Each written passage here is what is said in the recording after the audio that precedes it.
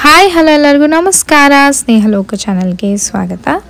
So last ವಿಡಿಯೋದಲ್ಲಿ ನೀವೆಲ್ಲರೂ ನೋಡಿದಿರಿ ಭೀಕರವಾದಂತಹ ಚಂಡಮಾರುತ ಹೇಗೆ ಇತ್ತು ಅನ್ನೋದನ್ನ, ಹಾಗೆ ಅದರಿಂದ ಆಗಿದ್ದಂತಹ ಅನಾಹುತಗಳು, ಅಂದರೆ ಮರಗಳೆಲ್ಲ ಬಿದ್ದಿದ್ದಂಥದ್ದು, ಹಾಗೆ ಎಲೆಕ್ಟ್ರಿಸಿಟಿ ಇರಲಿಲ್ಲ ಆ್ಯಂಡ್ ಇಂಟರ್ನೆಟ್ ಯಾವ ಫೆಸಿಲಿಟಿನೂ ಇರಲಿಲ್ಲ. ಸೊ ನಾವು ಹೇಗೆ ಟೈಮ್ ಸ್ಪೆಂಡ್ ಮಾಡಿದ್ವಿ, ಹೇಗಿತ್ತು ಅನ್ನೋದನ್ನೆಲ್ಲ ನೀವು ಲಾಸ್ಟ್ ವಿಡಿಯೋದಲ್ಲಿ ನೋಡಿದ್ದೀರ.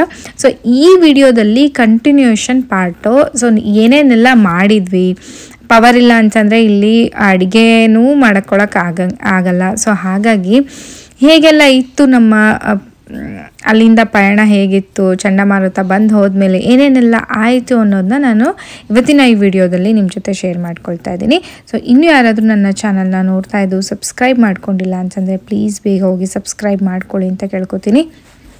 ನಾನು ಲಾಸ್ಟ್ ವಿಡಿಯೋದಲ್ಲಿ ಹೇಳ್ದಂಗೆ ಚಂಡಮಾರುತ ರಾತ್ರಿಯಿಂದ ಮಧ್ಯಾಹ್ನ ತನಕ, ಅಂದರೆ ಒಂದು 12 ತಾಸುಗಳ ಕಾಲ ಗಾಳಿ ಮಳೆ ಎರಡೂ ಸಮೇತವಾಗಿ ರೌದ್ರ ನರ್ತನ ತಾಳಿದ ಕಾರಣ ಎಲ್ಲ ಕಡೆ ಮರಗಳು, ಹಾಗೆ 6 ಜನ ಜೀವ ಕಳ್ಕೊಂಡಿದ್ದಾರೆ.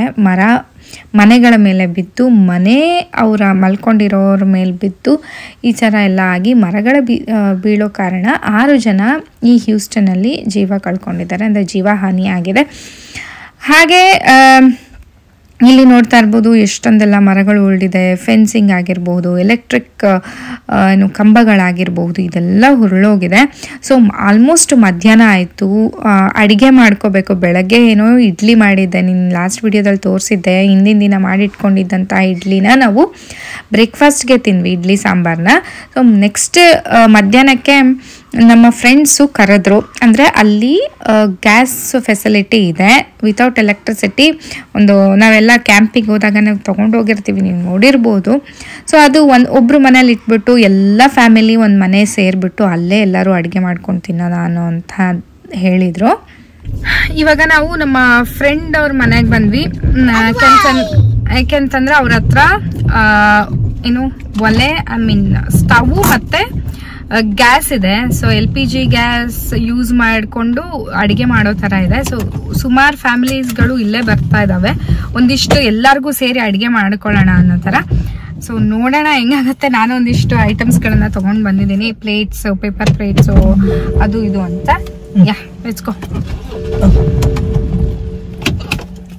ಫಸ್ಟ್ ಹೆಂಗೆ ಡಿಸೈಡ್ ಮಾಡಿದ್ವಿ ಅಂತಂದರೆ, LPG ಗ್ಯಾಸು ಮತ್ತು ಸ್ಟವ್ನ ಎಲ್ಲರ ಮನೆಯಲ್ಲೂ ಒಂದೊಂದು ಅವರ್ ಕೊಟ್ಬಿಟ್ಟು ಮಾಡಿಕೊಂಡು ಒಂಥರ ರೊಟೇಷನ್ ಥರ ಮಾಡೋಣ ಅಂತ. ಬಟ್ ಆಮೇಲೆ ಅನಿಸ್ತು ಈ ಟೈಮಲ್ಲಿ ಒಂದೇ ಕಡೆ ಮಾಡೋದು ಸ್ವಲ್ಪ ಗ್ಯಾಸ್ನೂ ಉಳಿತಾಯ ಮಾಡ್ಬೋದು, ಹಾಗೆ ಇಂಟರ್ನೆಟ್ಟು ಈ ಥರ ಏನೂ ಇಲ್ಲದೆ ಇರೋ ಕಾರಣ ಅಟ್ಲೀಸ್ಟ್ ಫ್ರೆಂಡ್ಸ್ ಜೊತೆ ಇದ್ದಾಗ ನಮಗೆ ಟೈಮ್ ಹೇಗೋಗುತ್ತೆ ಅಂತ ಗೊತ್ತಾಗಲ್ಲ. ಅಥವಾ ಮನೆಯೊಳಗಿದ್ದಾಗ ಸ್ವಲ್ಪ ಭಯ ಅದೇ ಫೀಲಲ್ಲೇ ಇರ್ತೀವಿ.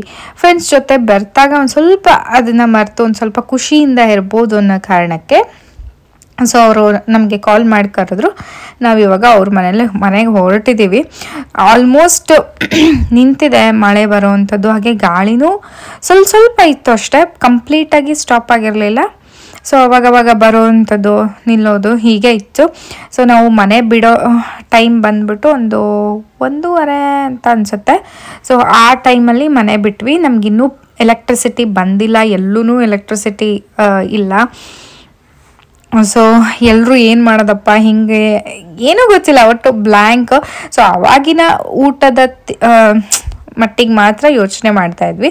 ಸೊ ಅವಾಗ ಏನು ಬೇಕೋ ಅಷ್ಟನ್ನ ಎಲ್ಲರ ಮನೆಯಿಂದನೂ ತೊಗೊಂಡು ಹೋಗೋವಂಥದ್ದು, ಅಥವಾ ಗಾಯತ್ರಿ ಮನೇಲಿ ಇದು ನಡೀತಾ ಇರೋವಂಥದ್ದು. ಅಂದರೆ ಎಲ್ಲರೂ ಗಾಯತ್ರಿ ಮನೆಯಲ್ಲೇ ಸೇರೋಣ ಅಂತ. ಸೊ ನೋಡ್ತಾ ಇರ್ಬೋದು ಮರಗಳೆಲ್ಲ ಬಿದ್ದಿರೋದು. ನಾನು ಹಾಗೆ ವಿಡಿಯೋ ಮಾಡ್ಕೊಳ್ತಾ ಇದ್ದೀನಿ ಅವಾಗಿನ ಪರಿಸ್ಥಿತಿ ಹೇಗಿದೆ ಅಂತ ತೋರ್ಸೋಕ್ಕೆ. ಸೊ ನಾವು ಹೊರಟಾಗ ಅಲ್ಲಿ ಆಲ್ರೆಡಿ ಅಡುಗೆ ಸ್ಟಾರ್ಟ್ ಆಗಿತ್ತು. ಹಾಗೆ ಏನೇನು ಮಾಡಬೇಕು ಅಂತೆಲ್ಲ ಡಿಸೈಡ್ ಮಾಡಿಕೊಂಡು ಯಾರ್ಯಾರು ಏನೇನು ಬೇಕೋ ಎಲ್ಲ ಪಟ ಅಂತ ಕೆಲಸಗಳನ್ನು ಮಾಡ್ಕೊಳ್ತಾ ಇದ್ರು. ಹಾಗೆ ಮಕ್ಕಳು ಕೂಡ ಎಲ್ಲರೂ ಒಟ್ಟಿಗೆ ಸೇರಿರೋ ಕಾರಣ ಅವರು ಮಕ್ಕಳು ಆಟ ಆಡ್ತಾಯಿದ್ರು. ಏನಂತಂದರೆ ಈ ಸಮಯದಲ್ಲಿ ಲೈಕ್ ಹೊರಗಡೆ ಬರೋದು ಸ್ವಲ್ಪ ಡೇಂಜರಸ್ಸೇ. ಬಟ್ ಆವಾಗ ನಾವು ಹೊರಗಡೆ ಬಂದಾಗ ಆಲ್ಮೋಸ್ಟ್ ಎಲ್ಲ ನಿಂತಿದ್ದು ನೋಡಿ ನಾವು ಹೊರಗಡೆ ಬಂದಿದ್ದು. ಎಲೆಕ್ಟ್ರಿಸಿಟಿ ಇಲ್ಲ ಅಂತ. ಅಕಸ್ಮಾತ್ ಎಲೆಕ್ಟ್ರಿಸಿಟಿ ಇತ್ತು ಅಂತಂದರೆ ಯಾರೂ ಈ ಥರ ಯೋಚನೆ ಮಾಡ್ತಿರ್ಲಿಲ್ಲ. ಸೊ ಅಡುಗೆ ರೆಡಿ ಆಗ್ತಾ ಇದೆ, ಮಕ್ಕಳು ಕೂಡ ಎಂಜಾಯ್ ಮಾಡ್ತಾ ಇದ್ದಾರೆ. ಆವತ್ತಿನ ದಿನ ಬೆಳಗ್ಗೆ ಎಲ್ಲ ಏನು ಭಯ ಇತ್ತು, ಅದಾದಮೇಲೆ ಈಗ ಸೇರಿಕೊಂಡಾಗ ಅಷ್ಟು ನಮಗೆ ಭಯ ಇರಲಿಲ್ಲ.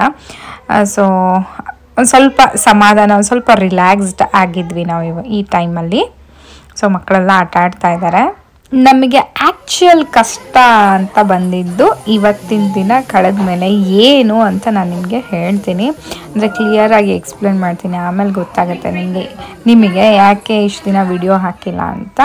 ಎಸ್, ಇವಾಗ ಅಡುಗೆ ಏನೇನು ಆಗ್ತಾಯಿದೆ ಅಂತಂದರೆ ನೋಡ್ತಾ ಇರ್ಬೋದು, ಚಪಾತಿ ಹಿಟ್ಟು ಎಷ್ಟಿದೆ ಅಂತ.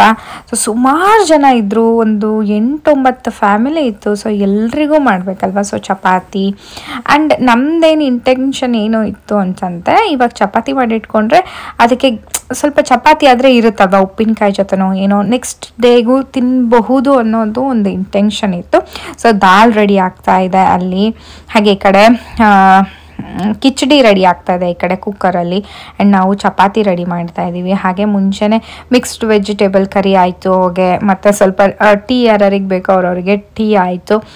ಹೀಗೆ ಕುಕ್ಕಿಂಗ್ ನಡೀತಾ ಇದೆ. ಸುಮಾರು ಒಂದು 1.5 hour, ಆಲ್ಮೋಸ್ಟ್ 2 hours ತನಕ ಕುಕ್ಕಿಂಗ್ ಆಯಿತು. ಸೊ ಬಂದಮೇಲೆ ಎಲ್ಲರೂ, ಯಾಕೆಂತಂದರೆ ಗಾಯತ್ರಿ ಅವ್ರ ಮನೆ ಆದ್ದರಿಂದ ಸೊ ಅವರೇ ಎಲ್ಲರಿಗೂ ವಸ್ತುಗಳನ್ನು ಕೊಡೋದಾಗಿರಬಹುದು, ಓಡಾಡೋದು ಇರುತ್ತಲ್ವ. ಸೊ ಒಬ್ಬೊಬ್ಬರು ಏನೋ ಅರ್ಥ ಮಾಡಿಕೊಂಡು ಕೆಲಸ ಮಾಡ್ತಾ ಇರ್ತೀವಿ. ಒಂಥರ ಹೇಗೆ ಅನಿಸ್ತಾ ಇತ್ತು ಅಂತಂದರೆ, ಏನೋ ಒಂಥರ ದೊಡ್ಡ ಹಬ್ಬನೋ ಏನೋ ಜಾತ್ರೆನೋ ಏನೋ ಫಂಕ್ಷನ್ ಮಾಡ್ತಾ ಇದೀವೋ ಅನ್ನೋ ಥರ ಫೀಲ್ ಆಗ್ತಾಯಿತ್ತು ಅವ್ರ ಮನೆಗೆ ಹೋದ್ಮೇಲೆ.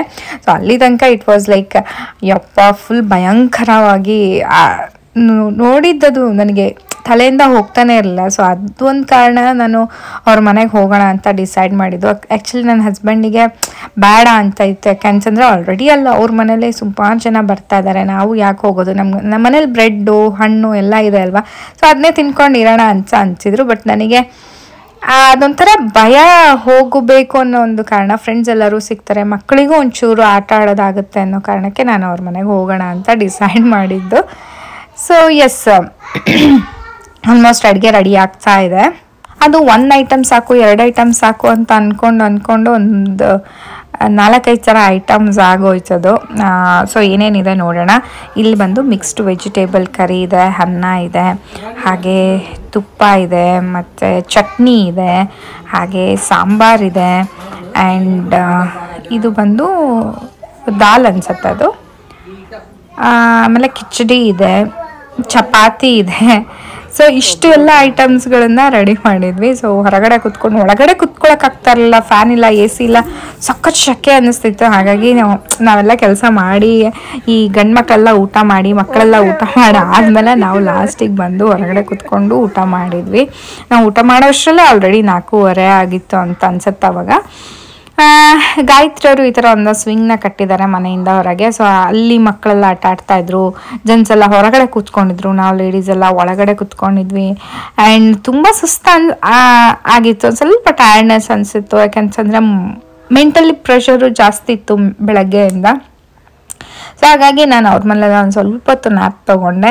ಆ್ಯಂಡ್ ಎಲ್ಲರೂ ಬಂದಿದ್ರು ಅವ್ರ ಮನೇಲಿ. ಫುಲ್ ಆನ್ ಗಲಾಟೆ, ಫುಲ್ ಜಾತ್ರೆ, ಇದು ಇತ್ತು. ಆ್ಯಂಡ್ ರಾತ್ರಿನೂ ನಾವು ಸಾಕಾಗಲಿಲ್ಲ. ಸೊ ಹಾಗಾಗಿ ಮಜ್ಜಿಗೆ ಸಾಂಬಾರು ಅಂದರೆ ಕಡಿ ಅಂತ ಹೇಳ್ತಾರಲ್ಲ ನಾರ್ತ್ ಇಂಡಿಯಾ ಸ್ಟೈಲ್. ಸೊ ಆ ಥರ ಕಡಿ ಮಾಡಿ, ಅಂದರೆ ಕಡಲೆ ಹಿಟ್ಟನ್ನ ಮಿಕ್ಸ್ ಮಾಡಿ ಮೊಸರಿನ ಮಜ್ಜಿಗೆ ಜೊತೆ ಕಡ್ದು, ಹಸಿಮೆಣ್ಸಿನ್ಕಾಯಿ, ಕೊತ್ತಂಬರಿ ಸೊಪ್ಪು ಅದನ್ನೆಲ್ಲ ಕುಟ್ಟಿ ಹಾಕಿ ಮಾಡಿದ್ವಿ. ತುಂಬ ಚೆನ್ನಾಗಾಗಿತ್ತು ಆ್ಯಕ್ಚುಲಿ ಅದು. ಸೊ ಅದನ್ನು ಮನೆಯಿಂದ ಹೊರಗಡೆ ಇಟ್ಟು ಮೊಬೈಲ್ ಟಾರ್ಚ್ಗಳನ್ನು ಹಾಕ್ಕೊಂಡು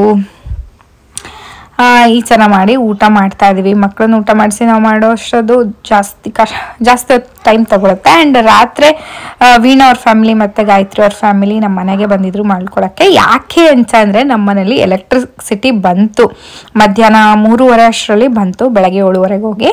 ಆ್ಯಂಡ್ ಅವ್ರ ಮನೇಲಿ ಯಾರ ಮನೆಯಲ್ಲೂ ಎಲೆಕ್ಟ್ರಿಸಿಟಿ ಇರಲಿಲ್ಲ. ಸೊ ಹಾಗಾಗಿ ನಮ್ಮ ಮನೆಯಲ್ಲೇ ಬಂದು ಮಲ್ಕೊಂಡಿದ್ರು. ಯಾಕಂತಂದರೆ ಈ ಸಮ್ಮರ್ ಟೈಮಲ್ಲಿ ರಾತ್ರಿ ಹೊತ್ತು ಮಲ್ಗೋದು ತುಂಬ ಕಷ್ಟ. ಸೊ ಹಾಗಾಗಿ ಬೆಳಗ್ಗೆ ಎದ್ದುಬಿಟ್ಟು ನಾವು ಎಲ್ಲರಿಗೂ ಬ್ರೇಕ್ಫಾಸ್ಟ್ನ ಮಾಡ್ತಾ ಇದ್ದೀವಿ, ಉಪ್ಪಿಟ್ಟು. ಸ್ನೇಹ ಲೋಕ ಚಾನೆಲ್ಗೆ ಸ್ವಾಗತ.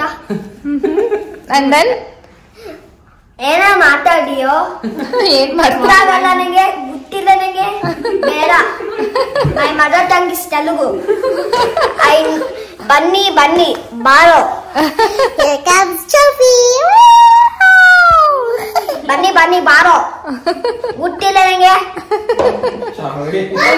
ಅಷ್ಟೇ ಯಾರಿಗೂ ವರ್ಕ್ ರಜಾ ಕೊಟ್ಟಿರಲಿಲ್ಲ ಅವತ್ತಿನ ದಿನ ಮಾತ್ರ ರಜಾ ಕೊಟ್ಟಿತ್ತು ಇದು ಬಂದು ಮಂಗಳವಾರ ಸೊ ಯಾರಿಗೂ ರಜಾ ಇರಲಿಲ್ಲ ಸೊ ಹಾಗಾಗಿ ಗಾಯತ್ರಿ ಮತ್ತು ಅವ್ರ ಹಸ್ಬೆಂಡು ಹೋದರು ಅವ್ರದ್ದೇನು ಕೆಲಸ ಇತ್ತು ಅಂತ ಗಾಯತ್ರಿ ಒಂದು ಸ್ವಲ್ಪ ಮನೆಗೆ ಹೋಗಿದ್ರು ಹಾಗೆ ವೀಣಾ ಹಸ್ಬೆಂಡ್ ಅವರು ಹೋದರು ವರ್ಕಿಗೆ ಅಂತ ಅದ್ವೈತ್ನ ಅಂದರೆ ಗಾಯತ್ರಿ ಅವ್ರ ಮಗ ಇವನು ಸೊ ಇವನು ಇಲ್ಲೇ ಮಲ್ಕೊಂಡಿದ್ದ ಕಾರಣ ಸ್ವಲ್ಪ ಲೇಟಾಗಿ ಎದ್ದೇಳ್ತಾನೆ ಇಲ್ಲೇ ಇರಲಿ ಅಂತ ಹೇಳಿ ಇಲ್ಲೇ ಇದ್ದ ಬೆಳಗ್ಗೆಯಿಂದನೂ ಸೊ ಅವನಿಗೆ ಬ್ರೇಕ್ಫಾಸ್ಟ್ನ ರಾಗಿ ಮಾಲ್ಟ್ನ ತಿನ್ನಿಸ್ತಾ ಇದ್ದೆ ಆರಾಮಾಗಿದ್ದ ಅಂದರೆ ಅವ್ರ ಅಮ್ಮನ ಏನೂ ನೆನೆಸ್ತಾ ಇರಲಿಲ್ಲ so he was very happy ನನಗೂ ತುಂಬ ಖುಷಿ ಆಯಿತು ಯಾಕೆಂದರೆ ನಾನೇನು ಅಂದ್ಕೊಂಡಿದ್ದೆ ಎದ್ದ ತಕ್ಷಣ ಯೂಶ್ವಲಿ ಮಕ್ಕಳು ಅಮ್ಮ ಅಂತ ಅಂತಾರಲ್ವ ಸೊ ಹೆಂಗೆ ಸಮಾಧಾನ ಮಾಡೋದು ಅನ್ನೋದೊಂದಿತ್ತು ಬಟ್ ಅವನು ಏನೂ ಕೇಳಲಿಲ್ಲ ಎದ್ದು ಖುಷಿಯಾಗೇ ಇದ್ದ ಅತ್ತೆ ಅಂದ್ಕೊಂಡು ಆಟ ಆಡ್ತಾ ಇದ್ದ ಚರಿನೂ ಅಷ್ಟೇ ಅವನ ಜೊತೆ ಆಟ ಆಡ್ತಾ ಇದ್ಲು ನಮ್ಮ ಮನೇಲಿ ಎಲೆಕ್ಟ್ರಿಸಿಟಿ ಇರೋ ಕಾರಣ ನಮ್ಮ ಫ್ರೆಂಡ್ಸಿಗೆ ನಾನೇ ಕರೀತಿದ್ದೆ ಬನ್ನಿ ಏನಾದರೂ ಕುಕ್ಕಿಂಗ್ ಇದ್ದರೆ ಮಾಡ್ಕೊಂಡೋಗಿ ಅಥವಾ ಏನಾದರೂ ಬಿಸಿ ಮಾಡ್ಕೊಳ್ಳೋದಿದ್ರೆ ಮಾಡ್ಕೋಬೋದು ಅಂತ ಒಂದಿಷ್ಟು ಜನ ಫ್ರೆಂಡ್ಸ್ ಬಂದು ಅಡುಗೆ ಮಾಡ್ಕೊಳ್ಳೋದಿರ್ಬೋದು ಅಥವಾ ಏನೋ ಲೈಕ್ ತಕ್ಕ ಮಟ್ಟಿಗೆ ಏನು ಮಾಡ್ಕೊಳಕ್ಕಾಗತ್ತೋ ಅಷ್ಟು ಮಾಡ್ಕೊಂಡು ಹೋಗ್ತಾಯಿದ್ರು ಯಾಕೆ ಅಂತಂದರೆ ಈ ಟೈಮೇ ಅಲ್ವಾ ಸೊ ಏನಾದರೂ ಒಂದು ನಮ್ಮ ಕೈಯಿಂದ ಮಾಡೋಕ್ಕಾಗೋವಂಥದ್ದನ್ನ ಮಾಡೋವಂಥದ್ದು ಸೊ ಅವತ್ತಿನ ದಿನ ಹೋಲ್ ಡೇ ಅದ್ವೈತ ನಮ್ಮನೆಯಲ್ಲೇ ಇದ್ದ orange S numbers and like a red heart numbers yes numbers okay this is the tricky one I got okay my turn his turn ಮಕ್ಕಳನ್ನ ಎಂಗೇಜ್ ಆಗಿಡೋದು ತುಂಬಾ ಕಷ್ಟ ಯಾಕೆಂತಂದರೆ ಅವತ್ತು ಇಂಟರ್ನೆಟ್ ಇರಲಿಲ್ಲ ಟಿ ವಿ ಫೋನ್ ಏನೂ ಅಷ್ಟು ವರ್ಕ್ ಆಗ್ತಾ ಇರಲಿಲ್ಲ ನೆಟ್ ಸಿಗ್ತಾ ಇರಲಿಲ್ಲ ನೆಟ್ವರ್ಕ್ ಪ್ರಾಬ್ಲಮ್ ಭಾಳ ಇತ್ತು ಸೊ ಮಕ್ಕಳನ್ನ ಎಂಗೇಜ್ ಆಗಿಡೋಕ್ಕೆ ಒಂದಿಷ್ಟು ಕಾರ್ಡ್ಸ್ ಆಗಿರ್ಬೋದು ಸೈಕಲ್ಗಳು ಆ್ಯಂಡ್ ಇನ್ನೊಂದೇನಂತಂದರೆ ಒಬ್ಬರು ಏನು ತಗೊಂತಾರೋ ಇನ್ನೊಬ್ರಿಗೂ ಅದೇ ಬೇಕು ಸೊ ಈ ಥರ ಆದ ಕಾರಣ ಸೊ ಒಂದಿಷ್ಟು ಕಾರ್ಡ್ಸ್ಗಳು ಹಾಕಿ ಹಾಗೆ ಒಂದು ಸ್ವಲ್ಪ ಎಂಗೇಜ್ ಮಾಡೋಕ್ಕಿಟ್ಟಿದ್ದೆ ಆ್ಯಂಡ್ ಅವರಿಬ್ರು ಮಲಗಿಸಿದ್ದೆ ಸೊ ಚರಿ ಮತ್ತು ಅದ್ವೈತ್ ಇಬ್ಬರು ಮಲ್ಕೊಂಡು ಒಂದು 2 hours ಮಲ್ಕೊಂಡಿದ್ರು 2 hours ಮಲ್ಕೊಂಡು ಎದ್ರು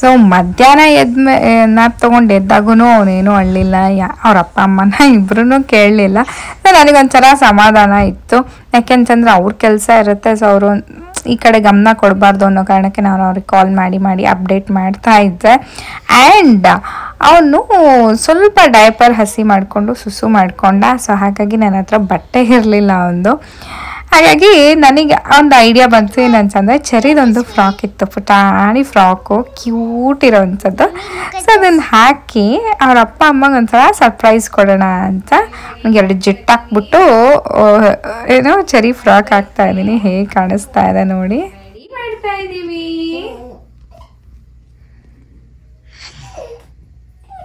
right Advaith you like this dress Yes.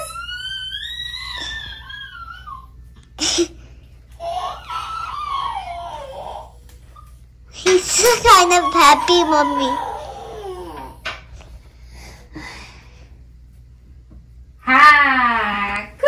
ನನಗೆ ಸುಮಾರು ವರ್ಷ ಆದಮೇಲೆ ಚರಿನ ಈ ಥರ ಒಂಥರ ಏನೋ ಆ ಫೀಲಿಂಗ್ ಬರುತ್ತಲ್ಲ, ನಮ್ಮ ಮಕ್ಕಳು ಇಷ್ಟು ಚಿಕ್ಕವರಿದ್ದಾಗ ಹೆಂಗಿದ್ರು ಅನ್ನೋ ಥರ. ಸೊ ಆ ಫೀಲಿಂಗ್ ಬರ್ತಾ ಇತ್ತು ನನಗೆ. ಚರಿ ಈ ಥರ ಈ ಡ್ರೆಸ್ ಹಾಕೊಂಡಾಗ ಹೆಂಗೆ ಮಾಡ್ತಿದ್ಲು, ಓಡೋಗುವಂಥದ್ದು, ಜುಟ್ಟು ಹಾಕಿ 2 ಕ್ಲಿಪ್ ಹಾಕಿ ಅದೊಂದು ಫೀಲ್ ಇರುತ್ತಲ್ಲ, ಆ ಫೀಲ್ನ ನಾನು ಮಾಡ್ತಾ ಇದ್ದೆ. ಆ್ಯಂಡ್ ಎಗೇನ್ ನಾನು ಚರಿನ ಅವನಲ್ಲಿ ನೋಡ್ತಾ ಇದ್ದೆ. ಸೊ ಒಂಥರ ಕ್ಯೂಟ್ ಮುದ್ದಾಗಿ ಕಾಣಿಸ್ತಾ ಇದ್ದ ಅವನು ಈ ಫ್ರಾಕ್ ಹಾಕ್ಕೊಂಡ್ಬಿಟ್ಟು. ನಿಮಗೇನು ಅನ್ನಿಸ್ತು ಅಂತ ಕಮೆಂಟ್ ಸೆಕ್ಷನಲ್ಲಿ ತಿಳಿಸಿ. ಯೂಶಲಿ ಎಲ್ಲ ಗಂಡು ಮಕ್ಕಳು ಈ ಥರ ಒಂದು ಹುಡುಗಿ ಡ್ರೆಸ್ನ ಹಾಕ್ಕೊಂಡು ಫೋಟೋ ತೆಗ್ಸಿರೋ ಅಂಥದ್ದು ಅಥವಾ ಏನೋ ಒಂದು ಖುಷಿ ಇರುತ್ತೆ ಮಾಡಿ ಹಾಕ್ಕೊಂಡಾಗ. ಸೊ ಅವರಿಬ್ರು ಹಿಂಗೆ ಜೋಕಾಲಿಯಲ್ಲಿ ಆಡಿಸ್ತಾ ಇದ್ದೀನಿ. ಅವರಿಬ್ರು ಆರಾಮಾಗಿ ಚೆನ್ನಾಗಿ ಆಟ ಆಡ್ತಾ ಇದ್ರು whole day.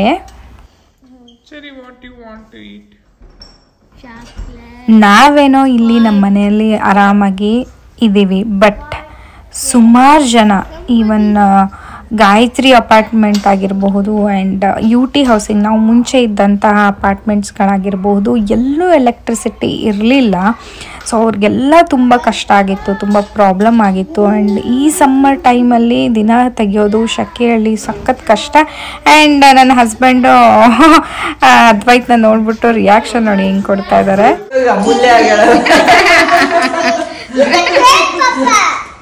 She, you have to call him she, not he. He's a girl. He's not a boy anymore.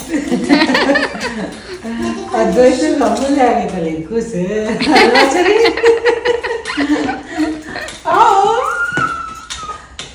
ಏನು enjoy ಮಾಡಕತ್ತೀರಿ? I was playing with Advait, so happy. Oh, nice. You are so good baby. ಬಾ ಕಿಸಿ ಕೊಡ್ರಿಲ್ಲ ನಿಂಗೆ.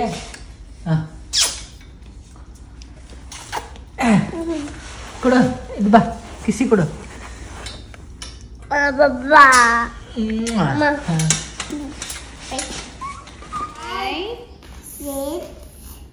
7, 8, 9, 10.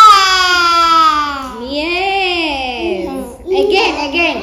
1, 11, 12, 13, 14, 15, 16, 17, 18, 19, 20. And 10.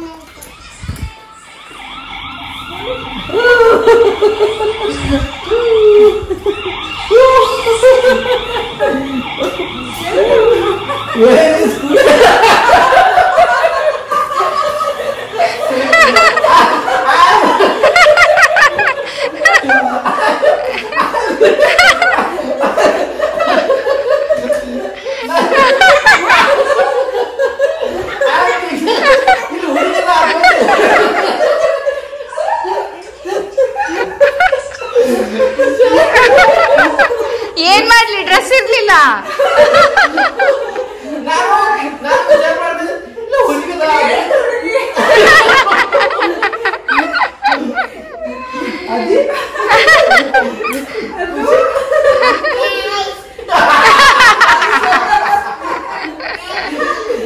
Papa, nice dress.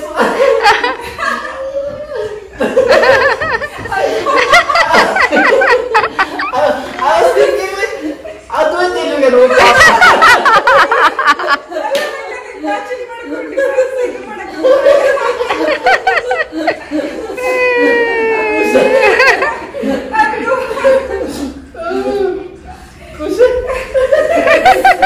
Papa, nice dress.